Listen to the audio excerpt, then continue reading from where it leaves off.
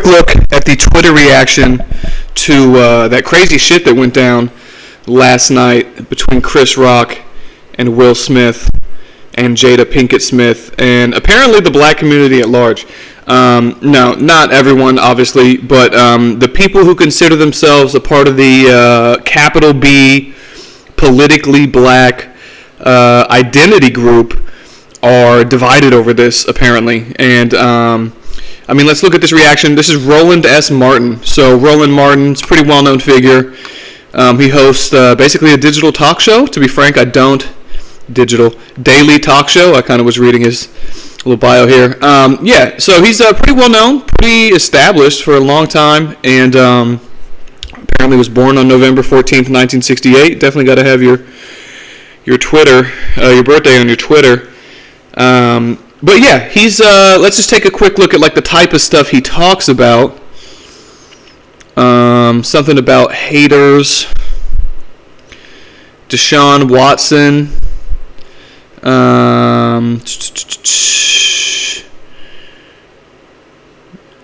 maybe some poisoning shit. You know, talks about quite a few different things. But there is a bit of a consistent theme in a lot of what he does, and a lot of what that has to do with is black shit. So, without getting too deep into all the other shit he talks about, let's just take a look here. He says, seriously, I'm still floored by what happened tonight between Chris Rock and Will Smith at the Oscars. I've been on the phone with sisters and brothers, and the feelings are all over the place. I can't even watch anything else as I process what happened tonight. Wow. So, you know, it was pretty surreal seeing Chris Rock get the shit smacked out of him by Will Smith. And there is, you know, if the question is asked, then yeah, there's a conversation to be had about, you know, whether his reaction was a little bit over the top. I personally think it was kind of performative. He was laughing, and then he, you know, basically got emotionally manipulated by a look from Jada to get up there and, you know, go hit another human being. And I mean, Will Smith is a dude who has been a star pretty much my whole life, at least as far, you know, as long as memory has been applicable. And yeah, I mean, you know, sir, I'm not gonna change my view of Will Smith after he smacked Chris Rock. Will Smith seems like a great guy, and Will Smith seems like a dude who does have some, you know, emotional baggage, and I personally think a lot of that is related to Jada being a bit of kind of a victim narcissist. You know, she goes out. It seems as if they had an agreed upon, you know, open relationship. I'm sure Will Smith was getting all kinds of pussy for decades, and you know, his wife comes out and starts talking publicly about hooking up with this like younger dude, and obviously, you know, they had an arrangement. It seems they had an arrangement to where she was allowed to do that within, you know, the agreement related to their marriage and how they wanted to treat each other's sex lives, or their collective sex life, or whatever you want to call it. And one thing that is interesting about it is until it went public, it doesn't seem as though he had a huge issue. But yeah, the reason I say she's, you know, kind of a victim narcissist or whatever is because, you know, she is the fulcrum of that situation. She's the one who, it sounds like they were both probably out boning other people, which is all good. She's the one who went public about a particular person. She's the one who got on her little, you know, fake talk show and felt the need to air out the emotional process of like healing in their relationship, and she sat Will down and had a camera on him while he was crying about another dude banging his wife, and that's just not that fun. So you know, she's a fucking crazy person, basically. Chris Rock fucked up making fun of crazy people, or a crazy person. But anyways, back to the reaction. we're gonna react to people's reaction to Will Smith's reaction. And so he's been on the phone, not with people, right? He hasn't been on the phone with people. He's been on the phone with sisters and brothers, and their feelings are all over the place. And he can't even watch anything else as he processes what happened tonight. All right, for one thing, it's not the biggest deal. I mean, I get that it happened like publicly on television or whatever. The shit happened. It was kind of surreal. This is fucking celebrities beefing with celebrities. Like, I just don't think this is even a fucking issue. To not be able to sleep, which you'll see some of these people can't, apparently, is fucking crazy. So we got Rick the Resistor here. And one of the things I want to focus on a lot, so I mean, just real quick, we're going to get into it, but the ethnonarcissism of this is something that I want to keep an eye out for. People are going to address the situation from the perspective of the black community, right? There's your ethno. And then they'll bring it home with narcissism and talk about how it affects them personally, as if anybody gives a fuck. Or as if, even if there was like a crazy love triangle that got revealed in real time, none of that shit has anything to do with anybody not named Jada Pinkett Smith or Will Smith or Chris Rock. And, I mean, it's not like anybody's like, fuck, the Will Smith's kids, I'm not going to give him work now because he slapped Chris Rock. That's not happening. So the idea that some grown adults anywhere wouldn't be able to sleep is hilarious. But let's see here. This guy kind of flips the ethnonarcissism around. He says, my wife and I are a mess. Need to sleep, but can't. It's bad enough this happened, but to do it in front of all these white people is unimaginable. I feel like there's a civil war in the family. This sucks. So this dude here, Rick the Resistor, is about as black. This dude, I mean, come on. I'm not trying to be rude. My grandfather considered himself a black man. He was, I think, more convincingly black than this dude, but he was fair-skinned, and he didn't have the blackest features ever. And so, I'm not going to make fun of Rick here for identifying as a black man, even though he does seem to be on some Dolezal shit. But look at this. Trump accomplished nothing. Thank you, Rick. He really is Rick the Resistor, apparently. But yeah, so this guy feels like he can't sleep. He thinks that it's worse that it happened in front of white people. And think about it. It's worse that it happened in front of white people? I mean, what a segregationist outlook on things. If this happens at the black Oscars, it's not as bad. Or at the Latino Oscars, it's not as bad. It just doesn't make a whole lot of sense. He feels like there's a civil war in the family. Again, the disagreement here is between two grown men, Chris Rock and Will Smith. They're pretty well known, and I think they can handle it themselves. A civil war in the family seems like you could only get to that thought if you were just totally obsessed with race. Look, here you got someone coming in with kind of the common sense line. I'm not losing any sleep. What Will did was stupid and is a reflection on him and nobody else. Okay, so that's a person who is looking at things objectively. Here comes Rick with the ethnonarcissism. I see it somewhat differently. White people generalize all too often when it comes to black people. They think we are all angry and violent. If Will Smith could lose it, we all can in many of their eyes. This person says true. So this person, had a brief moment of clarity, but now is getting into the fuck white people shit themselves. I'm sorry, but I just, they think we are all angry and violent. That's a fucking crazy sentence to have in the quote-unquote current year. I mean, that's like some reefer madness level propaganda bullshit. I'm not going to say that no one thinks that, because undoubtedly there are people who do. But the idea that they're going to look at Will Smith and be like, see, these fucking guys, can't control them. I mean, it's just ridiculous. I do think it's funny. No one's really made the joke, but I wonder. Did the producer? Apparently, it's the first year a black guy produced the Oscars, and I'm just wondering, was the set designed to look like an elevator? Is that what happened? Because if the set of the room was designed to look like an elevator, then there's really some great, social commentary from what Will Smith did inside the elevator. Anyways,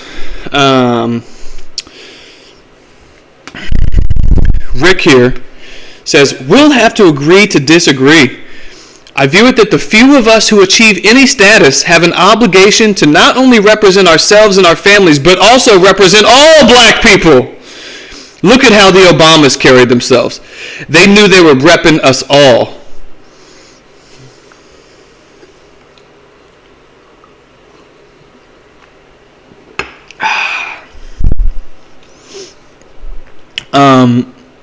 All right. And see, this person does say, I won't be a victim. So another brief moment of clarity. It's not about being a victim. Perception is reality. So there's some very Marxist shit.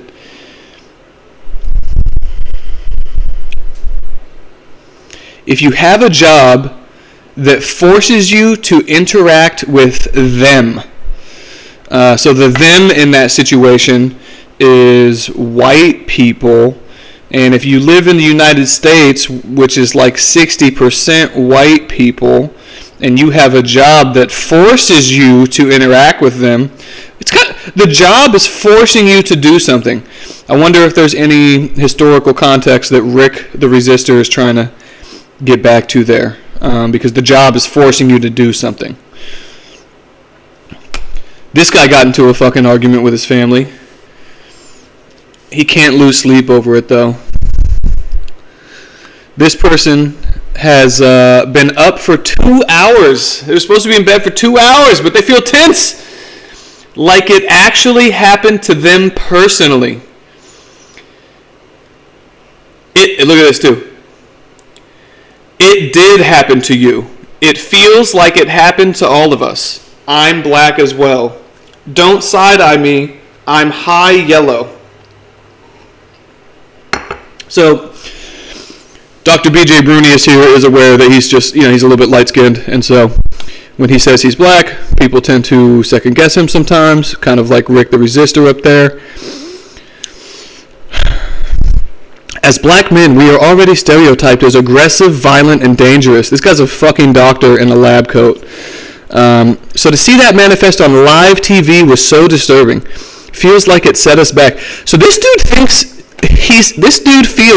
it set the black community back for Will Smith to fucking smack Chris Rock for making a joke about his wife. And again, I mean, I've told offensive jokes on stage.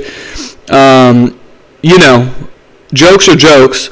He did overreact, but if you make a joke about fucking some dude's wife in front of him, you're probably going to get punched. If you make a joke about someone's wife getting hurt in front of them, you could get punched. And if you make a joke about a medical condition that someone might be dealing with, I mean, the joke wasn't about the medical condition, and even if it was, it wouldn't matter. It's still just a joke. But it's just, hey, I mean, I don't see a huge problem here. I don't think there's any controversy as far as no charges being filed or anything like that. That's the type of thing that could be a disagreement that plays out amongst people at a fucking barbecue or a cookout or a fucking gender reveal party or a Kwanzaa celebration or church choir practice. That could play out anywhere. And the fact that it happened to happen on TV isn't the biggest deal. It's black on black violence. It's Will Smith on Chris Rock violence. It's a little bit different. To do that on live TV hurts my spirit and hurts the community. All right, so Ollie Cooperwood. Shout out to Ollie Coop. Bro, no one gives a fuck. Literally no one gives a fuck.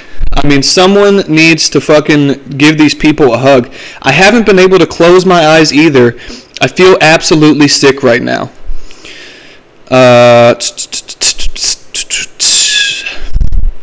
Now we should get into the spicier shit. Why do we as black people even care what whites or others think of us? They don't own our narrative. We need to be worried about what we think and how we treat one another. So, and here's another great one here. I wouldn't fret about that. White folk bombing each other as we speak. So if you think that people are looking at things not through this guy is the only person that gets it, and it's the only one that Twitter hides all the way. In the real world, this doesn't matter. No one gives any fucks about Will Smith being slapping Chris Rock. It's not a big deal. It was entertaining. Hopefully Jada can find a suitable wig. And hopefully Chris Rock he might need a fucking wig. He got smacked pretty hard. That wasn't the craziest shit ever. Will didn't really wind up. He followed through, but he didn't wind up. Let's take a quick look here. See, he follows through, but he doesn't wind up. Yeah, Lupita in the back was the funniest shit too. She looked good as fuck, but her reaction was hilarious. She could have given Jada a wig. She's got wigs. Jada, look at this shit. Do you like that look, Jada? Lupita was rocking the shaved head thing not that long ago. Also, too, though, aside from the victim narcissism of the situation, fucking Jada is just such. Aside from the ethnonarcissism of the situation, Jada is such a victim narcissist. Has been publicly fucking. I have alopecia now. It's like, okay, dude, like, privately struggle.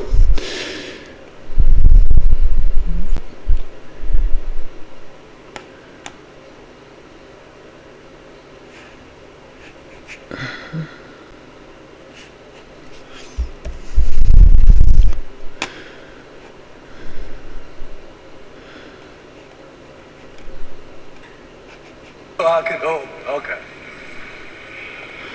Oh, wow! Alright. So we will just briefly analyze it. Because this is pretty, what's crazy is, I guess, I don't know if he's acting when he makes movies or if he's acting now, but the way this is some straight up James West shit.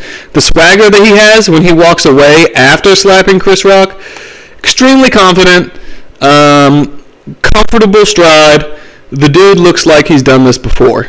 Like I said earlier, I think he's one of the nicest motherfuckers ever, but that doesn't mean that occasionally they're not going to slap somebody.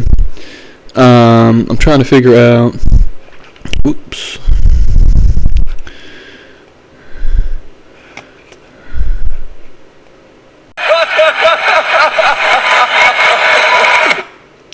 Alright, so I missed it by a tad. See, he's not winding up. His shoulders don't turn to the right. And his hand, it's very blurry, but his hand is down here. You could see that it's open, and I think there's just some blurring of the pixels here because his hand is in motion. And you can see that he's kind of looking maybe down to the right slightly, but he's not winding up. And I do think that's a little bit important because if he had wound up, that's when he could have knocked a fucking tooth out of Chris Rock's mouth or something. See, and he does follow through. He makes very square contact. He follows through. You see how his body has pivoted 90 degrees to the left? See, if he had also pivoted maybe 45 to 60 degrees to the right prior to the slap, he could have increased the forcefulness of the slap by a factor of 5 to 7.368. And it's just important that people understand he was taking it easy.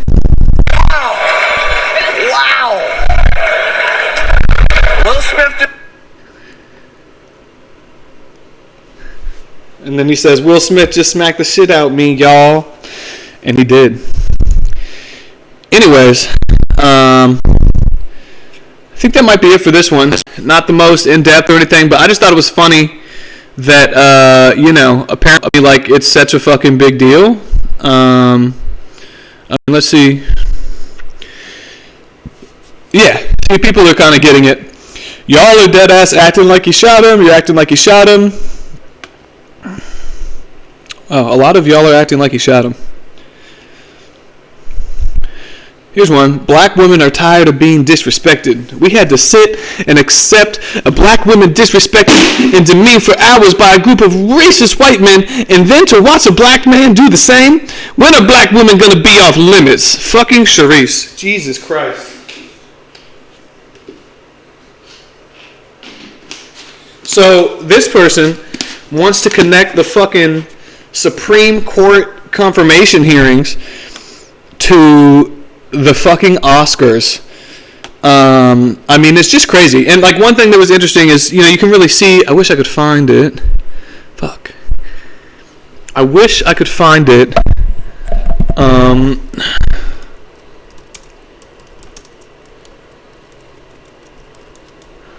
Because one lady literally, look, here you go.